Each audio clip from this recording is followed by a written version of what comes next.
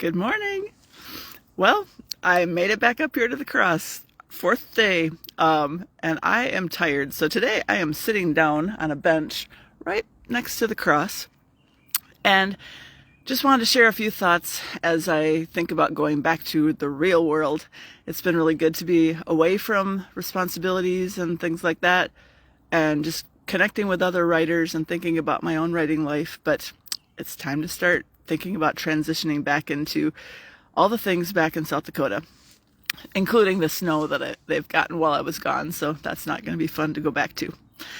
But yeah, this morning I dragged my notebook up here, and I also took a copy of my new book, Staying Away from the Edge.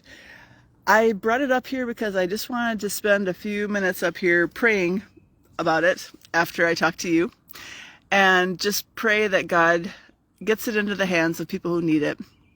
I took 10 copies to this writers conference, Vision Christian Writers Conference, because you can do that as an attendee. You can put up to 10 books in the bookstore for other writers to purchase while they're here at the conference. And excuse me, before I came, I thought, oh good, I have a book this year. I'm going to bring 10 copies.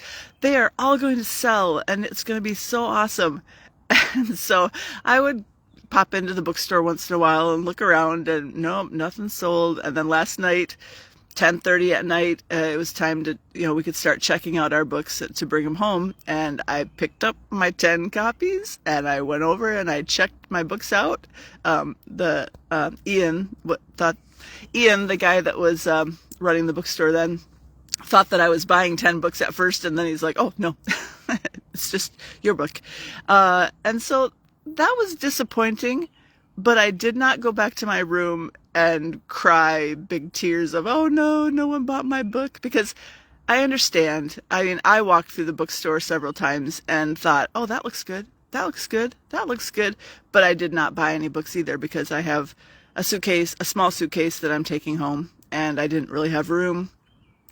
I could have squeezed a book or two in, but I have so many at home that I haven't read yet. But I got lots of good ideas for books I want to read in the future. So I'm hoping that many people saw my book and thought, oh, that looks good. I know at least one lady said that she took a picture of it and she's going to check it out later. So I have to trust that God has a place for this book and that people are going to find it if they need it, that it's going to help people with their mental health, and that we can stay healthy, more healthy emotionally. I guess just a couple of thoughts before I close today, and that is, last night Robin Jones Gunn was our keynote speaker. It was interesting. They had 4 different Robins do the keynotes this year, so I was kind of part of a neat little group of Robins at this conference. They were focusing on that. But anyway, Robin Jones Gunn spoke, and it was so good. She made me cry a couple times, just the things that she shared about her own writing life, and as she encouraged us to tell our stories and get our words out into the world and just trust that God has a place for them. I think it was during the question and answer session that she did after her talk that she said something. I wrote down many things that she said, but I wanted to just share this. She said, don't let fear make any more decisions for you. And excuse me, I probably returned to that theme many times, because I do something and then I'm afraid and I draw back, and then I do something and then, fear comes in and I draw back and I get small again. And so I want to keep moving forward, growing closer to God, getting deeper spiritually with Him. And the whole theme of this conference has been identity. And so I want to find my identity in the Lord, not in how many books sell, not in what other people think of me, but just in how my relationship is with God and what I can do because I have His strength, His power. And I think that will make a difference. And so I probably will keep having ups and downs. I will feel brave because I know God is on my side and I can do things with Him. And then I will say, yikes, I can't do it. And I'll draw back and try to do it myself, and have a time of fear. But I'm going to try to keep leaning more toward the courage and strength that God gives me.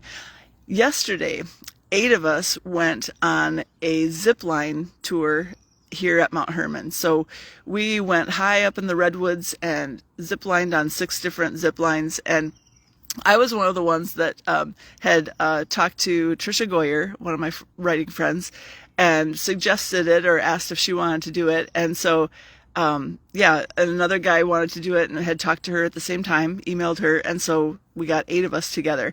And I wanted to do it, but when we got all strapped into our harnesses and we're at the practice line, just, a few feet off the ground, I was like, what are we doing? Why are we doing this? Whose idea was this anyway?